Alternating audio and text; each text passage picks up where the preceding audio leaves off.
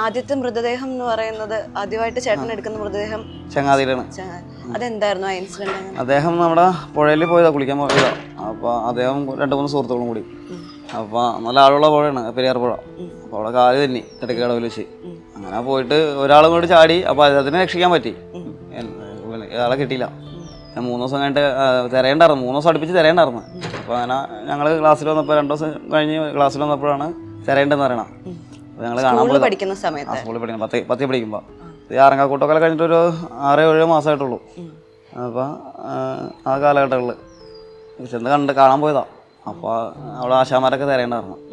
അങ്ങനെ കിട്ടി, കുറച്ച് നേരം കണ്ടു നിന്നാലാണെങ്കിലും കിട്ടി. അപ്പോൾ ഇച്ചിരി ദുർഗന്ധം വമിച്ചിട്ടുണ്ടായിരുന്നു. അവിടെ ഇവിടെയൊക്കെ മൃതദേഹം മറ്റൊരു അവസ്ഥയിലായിരുന്നു. മനുഷ്യൻ്റെ അവസ്ഥേനേക്കാളും നോർമൽ അവസ്ഥകളും വ്യത്യസ്തമായ അവസ്ഥയായിരുന്നു, മണം ഉണ്ടായിരുന്നു.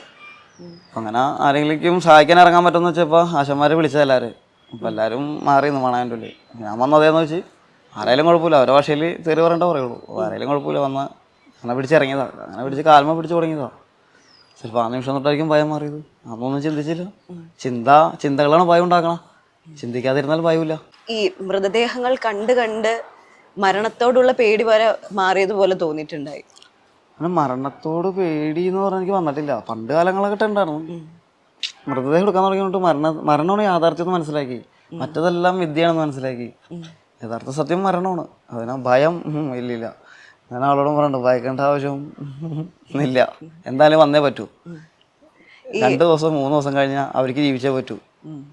ആ സങ്കടം കഴിഞ്ഞാൽ അവന് മരണം ചക്രം പോലെയാണ്, വന്നുകൊണ്ടേയിരിക്കുക. നമുക്ക് ഈ ഒരു കാര്യത്തെ ജോലി എന്നതിനേക്കാൾ ഉപരി സേവനമല്ലേ ഇത്?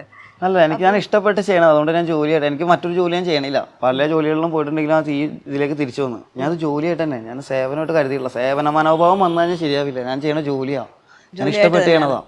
അതുകൊണ്ട് ഞാൻ കഷ്ടപ്പെട്ട് സേവനം ചെയ്യണതല്ല, ഇഷ്ടപ്പെട്ട് ജോലി ചെയ്യണതാണ്. ഞാൻ ഇഷ്ടപ്പെട്ട് വന്നതാണ്. അതുകൊണ്ട് എനിക്കിത് ജോലി തന്നെയാണ്, എൻ്റെ ജോലിയാണ്. മരണങ്ങൾ പലതരത്തിലാണല്ലോ. അപ്പം ഏറ്റവും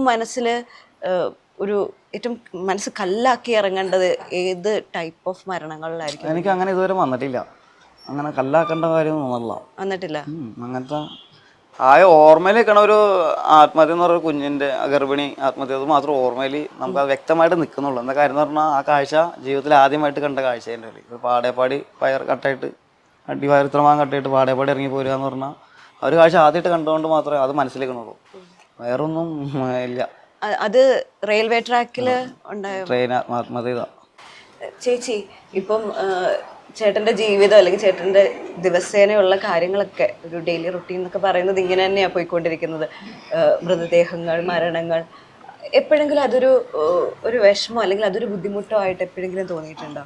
വിഷമവും ബുദ്ധിമുട്ടായി തോന്നില്ല. ആൾ ഇഷ്ടപ്പെട്ട് ചെയ്യണ കാരണം കൊണ്ട് ഞാൻ ആ ഇഷ്ടത്തിനൊപ്പം മുമ്പോട്ട് പോകണം.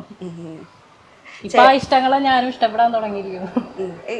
ഇപ്പം സമൂഹം എന്നുള്ള ഒരു സംഭവം ഉണ്ടല്ലോ. ഇപ്പം സമൂഹത്തിലെ ആൾക്കാർക്ക് എപ്പോഴും നമ്മളെപ്പോഴും ഭയങ്കര കോട്ടും സൂട്ടും ഒക്കെ ഇട്ട് നടക്കുന്ന അല്ല അങ്ങനെയുള്ള ജോലികൾക്ക് കിട്ടുന്ന ഒരു ബഹുമാനമോ അല്ലെങ്കിൽ അംഗീകാരമോ നമ്മളെ പോലെ ചെയ്യുന്ന ആൾക്കാർക്ക് കിട്ടണമെന്നില്ല. അതെപ്പോഴെങ്കിലും ഭയങ്കര വിഷമത്തിലേക്ക് കൊണ്ടുപോയിട്ടുണ്ടോ? അല്ല, അംഗീകാരം ബഹുമാനം നമുക്ക് വേണ്ട. ഈ ആട്ടലും തുപ്പലും നമുക്ക് സഹിക്കാൻ പറ്റത്തുള്ളൂ. അപ്പൊ നമ്മള് എന്ത് ചെയ്തിട്ടാന്നുള്ള ചിന്ത വരും. കാരണം മനുഷ്യനാണല്ലോ, വികാരം ഉണ്ടാവും, വിചാരം ഉണ്ടാവും, എല്ലാം ഉണ്ടാവും, സ്വഭാവമാണ്, എന്തായാലും വിഷമങ്ങളുണ്ടാവും. അല്ലാതെ ജോലിക്ക് ബഹുമാനം കിട്ടണമെന്ന് ഞാൻ ആഗ്രഹിച്ചിട്ടുള്ളൂ, മൃതദേഹത്തിന് ബഹുമാനം കിട്ടണമെന്ന് ആഗ്രഹിച്ചിട്ടുള്ളൂ. ജോലി അവരൊരു ബഹുമാനം നമ്മളാരും ചോദിച്ചു വാങ്ങേണ്ടതോ പറഞ്ഞു കൊടുക്കേണ്ടതല്ല. ബഹുമാനിക്കണമെന്ന് പറയും. കാരണം നമ്മൾ ബഹുമാനിക്കേണ്ട അവസ്ഥയിലായിരിക്കില്ല ജോലി. ഈ സെപ്റ്റി ടാങ്ക് ക്ലീൻ ചെയ്യണ ആരെങ്കിലും നമ്മൾ ബഹുമാനിക്കുന്നുണ്ടോ? ആരെങ്കിലും? അപ്പോൾ കാരണം ബഹുമാനമല്ല, അവർ ജോലിയായിട്ട് നോക്കണുള്ളൂ. ഇതും ജോലിയാണ്, ഇതിൽ ബഹുമാനം നമ്മൾ ആഗ്രഹിക്കണില്ല, ബഹുമാനത്തിനായിട്ട് ഇറങ്ങി തിരിച്ചിട്ടില്ല. അങ്ങനെ ഒരുപാട് ജോലികൾ വേറെ ഉണ്ട് ബഹുമാനം കിട്ടേണ്ടത്. നമുക്കത് തിരഞ്ഞെടുക്കാമല്ലോ. എപ്പോഴെങ്കിലും വേറൊരു ജോലിയിലേക്കൊന്ന് ചിന്തിച്ചിട്ടുണ്ടോ? അല്ല, ഞാൻ ഒരുപാട് ജോലി ചെയ്തിട്ടുണ്ട്. ഞാൻ പറഞ്ഞില്ല, ഞാൻ ഇപ്പോൾ ഈ ജീവിതം തിരഞ്ഞെടുക്കാനായിട്ട് മുന്നേ വരെ ഞാൻ സമൂഹത്തിന് മുമ്പ് ഒളിച്ചു മാറി കിടക്കണം. അത് പല ജോലിയിലേക്കും പോയിട്ടും ഇത് വരുമ്പോൾ ഇതിലേക്ക് മാത്രമേ വന്നുള്ളൂ. വരുമ്പോൾ മാത്രമേ വരും, വിളിക്കുമ്പോൾ മാത്രമേ ചെല്ലുള്ളൂ പറഞ്ഞു ഒളിച്ച് ജീവിച്ചുകൊണ്ടിരുന്നത്. ഇപ്പോൾ ഞാൻ പുറമെ ഓപ്പണായിട്ട് ജീവിക്കാൻ തുടങ്ങി. അന്ന് സാറുമാർ എന്നോട് ഇങ്ങോട്ട് ചോദിച്ചുകൊണ്ട് എന്തിനാ ഒളിച്ച് ജീവിക്കണേ? ഇന്ന് അതേ ചോദ്യത്തിന് അവരും പ്രസക്തി ഉണ്ടാക്കി കൊടുത്ത് ഞാൻ ഒളിച്ച് ജീവിക്കണ, നേരായി ജീവിക്കണം. പലയിടത്തും ഞാൻ കേട്ടു, എപ്പോഴും പോലീസുകാരെ പറ്റി പറയുമ്പോൾ 100 നാവാണ്. അതായത് ഭയങ്കര നന്ദിയോടെ അല്ലെങ്കിൽ ഭയങ്കര ഒരു സ്നേഹത്തോടെയും നന്ദിയോടെ മാത്രമാണ് അത് ഓർക്കുന്നതെന്ന് എനിക്ക് തോന്നുന്നു. പക്ഷെ പൊതുവെ പോലീസുകാരെ പറ്റി പറയുമ്പോൾ നാട്ടുകാർക്ക് അല്ലെങ്കിൽ സമൂഹത്തിനുള്ള വേറൊരു ചിന്താഗതിയുണ്ട്. അതിൽ നിന്ന് എത്ര വ്യത്യസ്തമാണ് വിൻസേട്ടനുള്ള ഒരു നമ്മളൊരാളുടെ തെറ്റ് മാത്രം കണ്ടിട്ടാ, അല്ലെങ്കിൽ ഒരു പ്രസ്ഥാനത്തിലുള്ള ഒരു വ്യക്തിയുടെ തെറ്റ് കണ്ടിട്ടാ എല്ലാവരും വിലയിരുത്തണം. തെറ്റ് കാണാൻ ശ്രമിച്ചേട്ടാ. തെറ്റ് ഒഴുകി അവർ ചെയ്യണം, ബാക്കിയുള്ള നന്മകൾ കണ്ടാൽ മതി.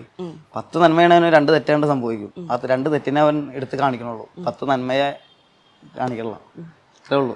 നമ്മുടെ ഈ ജോലിയിൽ പോലീസുകാരുടെ ഒരു പങ്ക് എത്രയായിരിക്കും? അയ്യോ 80 അല്ല 100% അവരെ മാത്രമേ ഉള്ളൂ, വേറെ ഒന്നുമില്ല. കാരണം അവർ ഉത്തരവാദിത്തം നിയമപ്രകാരം നിയമങ്ങൾ നോക്കാനാണ്. ഒരു മൃതദേഹം കണ്ടപ്പെട്ട ബോഡി ബന്ധോസ്ത് വെക്കുക, മൃതദേഹവുമായി ബന്ധപ്പെട്ട കാര്യങ്ങൾ നിയമ നടപടികൾ സ്വീകരിക്കുക, മർഡർ